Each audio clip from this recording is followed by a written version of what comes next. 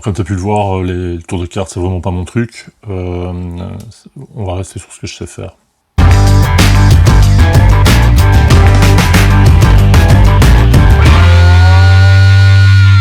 Salut à toi, je suis ravi de te retrouver pour cette nouvelle vidéo dans laquelle je vais répondre aux questions. Vous avez été nombreuses et nombreux à m'envoyer, que ce soit via la chaîne, via l'onglet communauté, via message privé, via Instagram ou autre. Alors avant de commencer, je voudrais vous remercier, on vient de passer le cap des 2500 abonnés sur la chaîne. C'est assez impressionnant de voir la vitesse à laquelle ça a progressé en très peu de temps. Donc un immense merci à vous toutes et à vous tous de me donner de votre temps, de me donner de votre confiance, de me soutenir dans ces activités sur cette chaîne, de partager avec moi, de poser des questions, de répondre à des commentaires, ce genre de choses, ça fait vraiment super plaisir. Et donc si vous rejoignez la chaîne et que vous n'êtes pas encore abonné, je vous invite évidemment à le faire, en activant les notifications pour être sûr de ne rien manquer quand il y a du nouveau contenu qui sort.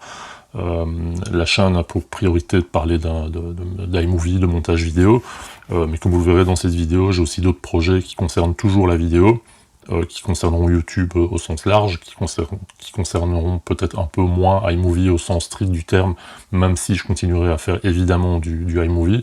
On va parler de tout ça ensemble. Alors la première question m'a été posée conjointement, je vais dire, par Caribou TV et par The Subshore, qui m'ont tous les deux demandé la même question, pourquoi est-ce que j'ai créé cette chaîne et comment j'en suis arrivé à créer une chaîne YouTube. Alors comme j'avais déjà expliqué dans une vidéo précédente, j'ai commencé YouTube parce que dans le contexte de mon boulot, j'avais une formation qui était la création de contenu vidéo avec un smartphone et la mise en ligne de vidéos sur YouTube, sur Facebook et ce genre de trucs. Et donc ça faisait un peu partie d'un exercice d'affranchissement de se lancer sur YouTube, ce qui fait que je me suis dit que la meilleure chose à faire, c'était effectivement de réaliser une vidéo, de la mettre en ligne et puis de voir ce que ça donnait. Et donc je me suis lancé avec un smartphone, la vidéo est toujours disponible, c'est pas que j'ai honte, mais j'en suis pas fier. Donc si vous voulez la revoir, je vous mettrai le lien dans la description. Et je suis preneur de vos moqueries, commentaires, jets de pavés, d'insultes et autres, et aussi de vos commentaires plus constructifs, parce que ça fait aussi plaisir de les recevoir. Et donc cette vidéo servait simplement d'une espèce de devoir, en fait, comme à l'école, un devoir à rendre, un devoir à proposer au reste du groupe avec qui j'étais en formation, et puis j'y ai pris goût. Alors pourquoi la thématique iMovie? Justement parce que quand j'ai créé ma vidéo, j'avais aucune notion de montage, si ce n'est les montages de vacances, les espèces de slides, de photos que tu fais quand tu reviens de tes vacances, mais de montage pur et dur, j'avais aucune expérience. Et donc j'ai pas mal galéré au début, parce que comme beaucoup de gens, je n'avais que iMovie pour me démerder. Dans le contexte du boulot, je faisais un peu de montage, mais sans plus. Et puis c'est vraiment devenu une passion, donc j'ai commencé à regarder des tutos à gauche et à droite sur internet, pas forcément sur YouTube, mais sur des chaînes d'apprentissage. Et là j'ai vraiment pris goût au montage, à la vidéo en général, et à YouTube en particulier. Et là de fil en aiguille je me suis dit, tiens, pourquoi ne pas mettre à disposition ce que j'ai pu apprendre sur internet et ailleurs, et le mettre à profit pour d'autres personnes qui se retrouveraient potentiellement dans la même situation que moi. Ce qui fait que aujourd'hui je partage avec toi et avec les gens qui en ont besoin les informations que j'ai accumulées sur iMovie. Et puis sur d'autres choses, ça viendra, j'ai encore plein de choses à expliquer, donc on y reviendra dans une des questions suivantes, mais je ne vais pas me limiter à iMovie, ça c'est certain. La deuxième question, c'est si tu devais changer de boîtier photo, lequel tu prendrais? C'est une question qui m'est posée par MrFab via Instagram. Alors c'est une question assez compliquée parce que si tu me suis sur Instagram, tu sais que je mets une espèce de point d'honneur à faire toutes mes photos avec mon smartphone, parce que je pense que c'est un outil qui est super pratique, dans le sens où tu l'as tout le temps sur toi. Et donc si j'avais changé de boîtier, ce serait changer de boîtier pour la vidéo. Là je viens de voir une vidéo de test de l'Alpha 6600, qui regroupe tout ce qu'on attend dans un boîtier de type Sony Alpha mirrorless, en tout cas petit boîtier comme ceux que j'ai ici. Et alors surtout Sony vient de sortir le Sony ZV-1, qui est un boîtier spécifique pour le vlogging, que je t'invite à découvrir. Il sortira je pense le 10 juin, donc c'est dans les jours qui viennent. Sony, si tu me regardes, envoie-moi un boîtier s'il te plaît, j'ai vraiment envie de le tester. Et c'est quand même une petite tuerie visiblement. D'après les premières critiques et d'après les premiers essais que j'en ai lus, c'est quelque chose qui va être assez intéressant. Là on n'est plus dans le réflexe, on n'est pas dans le mirrorless, on est vraiment dans le petit compact hybride. Je pense que ce boîtier a un très très bel avenir, notamment pour la scène YouTube, en tout cas la scène de vlogging. Donc voilà, je sais pas très bien. C'est pas une chouette question ça, MrFab, parce que tu joues sur l'émotionnel et sur mon penchant à ne pas céder ou à céder à la tentation. C'est très mal. Question suivante. par GNG. Alors GNG, c'est deux frangins qui font des vidéos, moi j'adore, je mettrai le lien vers leur chaîne dans la description.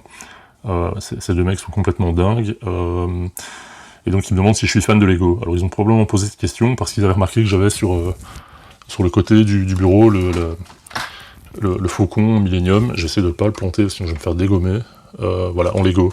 Oui, je suis fan de Lego, je suis fan du concept de Lego depuis que je dois avoir 5 ou 6 ans. C'était dans le dernier quart du siècle dernier. Enfin, voilà, laisse tomber.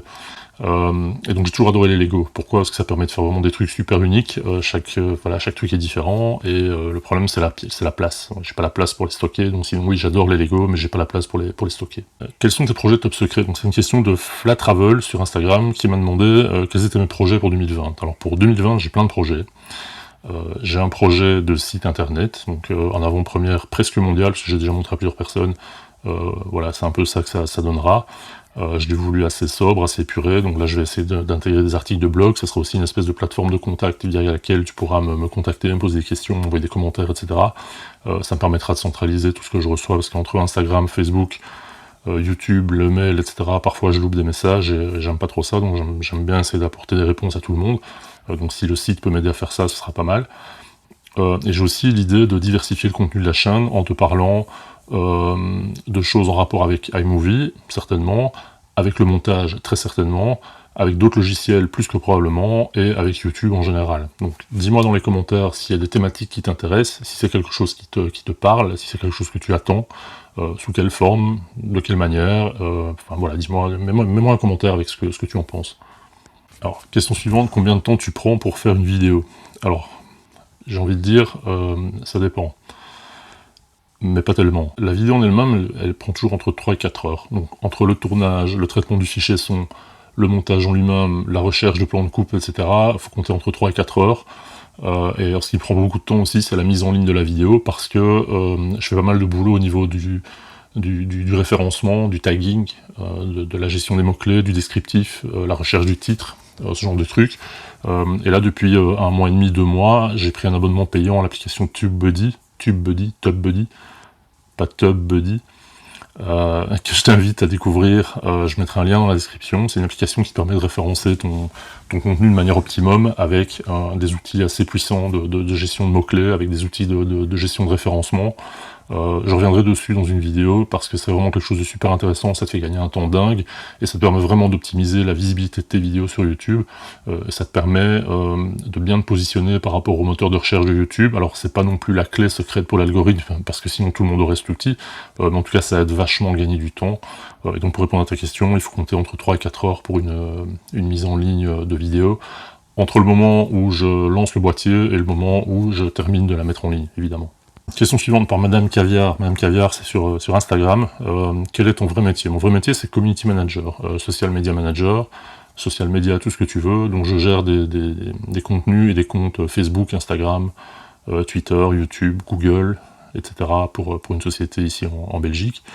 Voilà, donc il n'y a pas grand chose à en dire, sauf si tu me dis que ça t'intéresse et que tu veux qu'on en parle. Mais je te préviens, ça va me saouler, parce que si je dois commencer à te parler du boulot sur ma chaîne YouTube, voilà, pas d'intérêt. Enfin voilà, s'il y a des questions, vas-y, mais voilà. SB Chanel qui me demande, est-ce que tu montes tes vidéos sur iMovie? Oui, toutes les vidéos sont montées sur iMovie. Seule exception, les vidéos dans lesquelles j'ai du travail de retouche à faire sur le son, qui sont effectivement montées d'abord dans iMovie, et puis je les passe dans une autre application pour retravailler certains volumes, certains paramètres du son, ce que je peux pas faire dans iMovie. Mais sinon le montage en lui-même, tout est fait dans iMovie. Il y a les visuels que j'utilise parfois qui sont créés dans d'autres applications, que ce soit Keynote ou d'autres. Sinon pour le reste, tout le montage, en tout cas actuellement, est fait dans iMovie, dans la mesure où j'ai pas besoin de plus. Ça engendrerait une question sur laquelle on va revenir. J'ai pas besoin de plus. Et quand j'ai besoin de plus, je passe sur eFilm Express, qui est l'équivalent plus ou moins open source et en tout cas gratuit de Adobe Premiere et After Effects. Je vais en reparler dans quelques instants. Mais sinon, oui, je fais tous mes montages sur iMovie parce que je vois pas l'intérêt d'aller donner des informations et faire des tutoriels sur le montage iMovie si moi-même j'utilise pas iMovie pour monter les vidéos. Simplement. Donc on a le team Olega Riding Crew et Caribou TV qui m'ont posé une question un peu similaire. Est-ce que tu aimes le steak frites et est-ce que tu es plutôt frites ou cuisses de grenouille? Alors, il va falloir arrêter, parce que j'imagine que c'est rapport avec ma belgitude, de penser qu'en Belgique, on mange que des frites et on est fan que de frites. On adore aussi le chocolat, la bière et les pâtes. Et alors, il y a autre chose, tant qu'on y est, tant que je vous ai, tant que j'ai votre attention, il faut aussi arrêter de penser qu'en Belgique, tout le monde dit une fois, une fois, une fois. C'est faux, absolument faux. Personne ne dit ça, il n'y a que les Français qui veulent imiter les Belges qui font ça. Fin de la parenthèse, et pour répondre à la question, les frites évidemment. Les frites, je peux pas choisir entre les frites et les cuisses de grenouille, ce sera d'office les frites. Lucas Laversane qui me demande comment j'ai découvert les trucs et astuces sur iMovie. Comme on dit chez moi, en chipotant. Donc c'est-à-dire que j'ai utilisé iMovie au début simplement pour faire des cuts dans des films, réagencer les plans et les remettre un peu dans l'ordre que je voulais. Et puis je suis allé voir dans les menus ce qu'il y avait comme option, j'ai essayé de comprendre ce que c'était, donc j'ai passé des heures sur les aides de chez Apple, et j'ai vu des mots qui étaient un peu bizarres, donc je me suis un peu renseigné, j'ai un peu testé, et puis je suis arrivé à différentes choses, et en faisant ce qu'on appelle un peu du rétro-engineering, même si le mot est un peu pompeux pour ce que j'en fais, c'est-à-dire que j'ai analysé des choses qui étaient faites avec d'autres logiciels, et je me suis demandé dans quelle mesure on pouvait faire pareil avec iMovie, seul ou avec d'autres logiciels. C'est comme ça que j'en suis arrivé à intégrer Keynote dans mon processus de création, notamment pour la réalisation de titres, pour la réalisation d'animations, et voilà, donc c'est simplement en analysant les possibilités des différents logiciels que j'avais sous la main, parce que j'avais pas envie de claquer un budget dingue dans des logiciels plus pro, que j'ai approfondi ces softs-là et que je suis arrivé à fournir ce que je vous propose sur la chaîne. Alors, Curly Cams qui me demande est-ce que Final Cut Pro vaut le coup? Alors j'ai envie de dire, il y a deux questions, est-ce qu'il vaut le coup? Est-ce que ça en vaut la peine? Et est-ce qu'il en vaut le coup en termes financiers? Final Cut, c'est la version pro et vachement évoluée de iMovie. Il va te permettre de faire les mêmes choses plus ou moins que ce que tu peux faire avec un Adobe Premiere, avec un After Effects.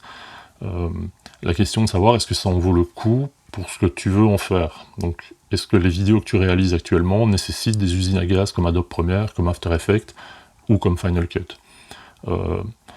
Si tu veux juste faire des cuts, juste faire des montages entre guillemets basiques avec des effets simples, et tu sais, comme je te l'ai déjà montré, que tu peux faire pas mal de choses déjà avec iMovie, avec deux, trois petites astuces, même si c'est moins intuitif, même si c'est moins convivial que ce que tu pourras faire avec un Adobe Premiere ou autre. Voilà, si la question c'est non, je m'en sors comme ça, te prends pas la tête à apprendre un nouveau logiciel, même si c'est toujours intéressant, et peut-être pas Final Cut, parce que dans la norme professionnelle, on est peut-être plus sur du Adobe, du DaVinci, que sur du Final Cut qui est vraiment réservé au Mac, comme iMovie.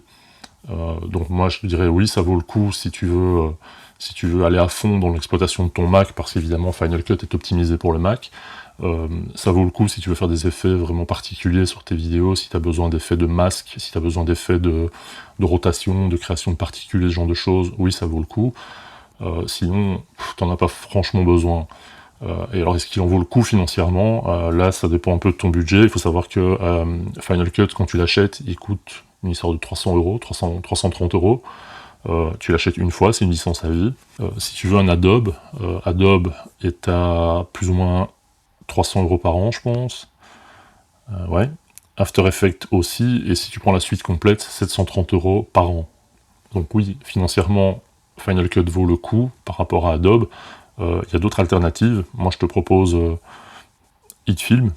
J'adore HitFilm. Je referai des tutos sur HitFilm. Il y en a déjà sur la chaîne. Si tu veux, c'est dans les playlists que j'ai déjà créées sur la chaîne. HitFilm, il va te permettre de faire la même chose qu'Adobe et After Effects, sauf que HitFilm Express est gratuit. Alors HitFilm, il est composé avec des modules que tu peux acheter qui vont correspondre à tes besoins. Donc si tu as besoin spécifiquement de modules pour faire de la colorisation, du color grading, il y a toute une série de modules que tu peux acheter indépendamment du programme de base et qui vont permettre de n'avoir à payer que ce dont tu as besoin, ce que tu veux utiliser. Même chose pour l'audio, même chose pour certains effets. Et il y a une version pro qui est à une histoire de 300 euros et c'est un achat unique. HitFilm, il va te permettre, il est utilisable à la fois sur Mac et sur PC. Et il est franchement super sympa, super intuitif. Je ferai aussi des tutoriels. Dis-moi dans les commentaires si ça t'intéresse. Et dis-moi si tu connais déjà HitFilm et si tu as des choses sur lesquelles tu veux qu'on échange ou qu'on discute. Ça m'intéresse aussi d'avoir de l'expérience de la part de personnes qui utilisent déjà le logiciel un peu plus que ce que moi je ne le fais. Alors, est-ce que tu utilises d'autres logiciels qu'iMovie? Je viens un peu d'y répondre. Oui, j'utilise Adobe After Effects et Adobe Premiere dans le cadre du boulot. J'utilise aussi HitFilm Express énormément dans le cadre du privé, pas pour les réalisations YouTube, mais pour mon privé à moi, j'utilise énormément HitFilm Express, qui permet de faire un peu ce que tu veux. Et voilà, donc oui, au niveau des logiciels, généralement j'utilisais l'alternative aux grosses machines du marché, donc plutôt que Lightroom ou Photoshop, ben, j'utilise Affinity Photo, et plutôt que InDesign, j'utilise Affinity Designer, j'utilise Pixelmator, j'utilise GIMP. Je pense que les développeurs de logiciels dits indépendants ont plus besoin de soutien, quitte à ce que tu leur fasses un petit don PayPal, que des usines comme Adobe et autres qui ont déjà un marché monstre. Donc si tu as des fonctionnalités spécifiques que tu ne trouves que dans ces logiciels-là, évidemment, prends ces logiciels-là, mais si tu as des alternatives gratuites, ou en tout cas avec de l'open source qui te permettent de faire fonctionner de réaliser ce que tu veux réaliser, ben, prends plutôt ces logiciels-là, fais un don aux créateurs, et tout le monde y gagne. Question qui m'est revenue aussi, c'est quels sont tes youtubeurs préférés? Alors on risque d'en décevoir beaucoup, il y a très très peu de francophones, malheureusement, parce que la scène francophone correspond pas vraiment à la manière dont je conçois de faire les vidéos, en tout cas en termes de tutos, et en termes de manière de réaliser les vidéos sur YouTube. Donc il y en a un ou deux qui sortent du lot. J'aime beaucoup ce que James Kao fait sur sa chaîne Studio Sushi, et Maximus qui réalise de très chouettes, très chouettes tutos et très chouettes vidéos de conseils pour les gens qui veulent se lancer dans la vidéo. Je mettrai les liens dans la description. Sinon, au niveau des youtubeurs préférés, il y a clairement Peter McKinnon qui est vraiment pour moi la référence en termes de création de contenu YouTube. Il y a Nigel Barros, qui est aussi quelqu'un qui fait de très chouettes vidéos avec finalement assez peu de moyens, et qui n'est pas du style à sortir un avion de chasse pour faire une vidéo de 2 fleurs qui poussent dans un jardin. Il y a Donna Didit qui est aussi dans le même délire que les deux premiers, à savoir faire de la vidéo simple et accessible, et une manière de présenter qui est assez dynamique, qui est assez sympa, et que je trouve vraiment très chouette. Au niveau de la photo, il y a Mango Street, qui est vraiment un site, une chaîne YouTube très sympa. C'est un couple de photographes new-yorkais qui propose des tutos sur la réalisation de photos de manière sans prise de tête, avec parfois du matériel pro, mais souvent du matériel que tout le monde peut utiliser. Et alors il y a Daniel Schiffer, qui est un des derniers venus, en tout cas dans la scène Toronto YouTube. Je sais pas pourquoi, j'ai une affinité particulière, et bizarrement beaucoup de créateurs que je suis sur YouTube sont originaires du Canada et de Toronto, donc salutations aux abonnés canadiens. Voilà, si tu veux mon top 5, ce sont ces chaînes-là, je te mettrai le lien dans la description, c'est en anglais. Alors je sais qu'il y a pas mal de gens qui ont des problèmes avec l'anglais, c'est l'occasion d'apprendre, il y en a quelques-uns qui ont mis des sous-titres, et puis les images parlent parfois d'elles-mêmes, donc c'est pas toujours utile de tout comprendre. Cinemax qui me demande quelle est la vidéo que j'ai préféré faire. Alors assez bizarrement, c'est pas une vidéo de tuto, justement, c'est la vidéo du vlog que j'avais fait à Disneyland. Pourquoi? Parce que c'était la vidéo dans laquelle j'avais pu utiliser un peu tout ce que j'avais proposé jusqu'au moment où j'ai fait la vidéo sur la chaîne. Les techniques de prise de vue, les techniques de montage. J'avais tourné ça entièrement à main levée, avec le stabilisateur uniquement du boîtier, donc sans le gimbal et ce genre de trucs, dans un parc où c'est pas toujours évident, parce que surtout à Disney où tu te fais marcher dessus à tous les coins de rue. Donc il y avait du stop motion, il y avait du ramping, il y avait des accélérés, il y avait du montage au rythme de la musique. J'en ai pas encore parlé, mais j'en parlerai dans un prochain tuto. Donc franchement c'est une chouette expérience, et le résultat était assez sympa, même s'il n'a pas connu un succès dingue sur YouTube. En tout cas sur d'autres canaux il a franchement bien fonctionné. Donc je trouve que c'était vraiment une très chouette expérience, et ça permettait aussi de mettre en ligne quelque chose d'autre que ce que je fais habituellement, à savoir les vidéos ici dans mon coin, où finalement ça reste toujours en intérieur. Donc là c'était quelque chose de vraiment sur le vif, et voilà, donc c'est vraiment une très chouette expérience, et j'étais très content d'avoir fait cette vidéo. Donc voilà, j'ai répondu aux questions que vous m'aviez posées. Il y en a encore eu quelques-unes qui étaient un peu plus tordues, et il y en a quelques-unes auxquelles voilà, j'ai pas forcément envie de répondre, parce que c'était, voilà, rien à voir. Il y en a une qui m'est revenue plusieurs fois, c'est: est-ce que tu fais du contenu pour tes abonnés? Est-ce que tu crées des titres? Est-ce que tu crées des banners? Est-ce que tu crées des transitions, etc.? Est-ce que tu peux le faire, et en échange on parle de toi sur notre chaîne? J'adorerais, j'ai pas le temps, donc la réponse est non. Le principe, si tu veux, c'est que je propose des tutos, tu te les appropries, et tu crées toi-même tes contenus. Sinon, faire ce genre de choses, c'est comme si tu vas à l'école, tu suis un cours, et puis tu demandes à ton prof d'aller bosser à ta place. C'est pas l'idée. Je te donne des outils, je te donne des conseils, je te donne des trucs pour réaliser des choses, mets-les en pratique, essaye. Si ça fonctionne pas, plusieurs personnes m'ont déjà posé des questions, ils peuvent peut-être témoigner dans les commentaires, j'essaie toujours de répondre, en tout cas dans la mesure de mes possibilités. L'idée, c'est pas que je fasse le truc à ta place, alors c'est très gentil de vouloir parler moi sur ta chaîne, mais voilà, tu peux le faire sans que j'ai fait quelque chose pour toi. Donc voilà, j'ai pas le temps et c'est pas le but. Donc moi je pense que le plus intéressant c'est justement que tu apprennes à réaliser les choses, à les faire toi-même sur base de conseils que je te donne. Si tu as une question, tu me reviens, tu me poses une question, tu fais un commentaire, on en parle, j'ai déjà eu des échanges nombreux et presque interminables avec certaines personnes par rapport à des tutos que j'ai réalisés. J'ai aucun problème à discuter avec toi de ce que je fais, mais le faire à ta place, c'est intéressant ni pour toi ni pour moi, donc non. J'ai répondu aux questions que j'ai reçues. Je voulais encore vous remercier de nouveau pour être aussi nombreux à me suivre de plus en plus. De nouveau vous remercier pour avoir joué le jeu, d'avoir pris un peu de votre temps pour poser vos questions. Si vous en avez d'autres, mettez un petit commentaire. On rajoutera ça dans une prochaine FAQ où je répondrai directement dans les commentaires. Et puis d'ici là, je vais quand même encore vous poser une question. C'est que, comme je vous l'ai dit dans l'intro, c'est que je compte faire du contenu un peu varié par rapport à iMovie, donc à savoir j'ai envie de vous parler d'autres logiciels comme HitFilm, comme Affinity Photo ou peut-être Pixelmator, mais aussi de techniques de référencement YouTube, avec ou sans outils, avec de la stratégie SEO YouTube, avec la manière d'optimiser les titres, la manière d'optimiser les descriptions, la manière d'optimiser plein de choses. Donc j'ai besoin de savoir, j'ai envie de savoir si ça vous intéresse. Donc laissez-moi un petit commentaire avec vos attentes, vos envies, ce que vous en pensez, voilà, si ça vous intéresse ou pas. Et puis en attendant, je vais vous laisser. Et puis moi je vous retrouve très bientôt pour une nouvelle vidéo. Et de partager quelque chose sur YouTube. Je vous donne le premier résultat. Ah, Siri a décidé de me faire chier. Question de... J'ai arrêté de dire question 2 parce que j'ai l'impression d'être Philippe Bouvard dans les grosses têtes, c'est épouvantable.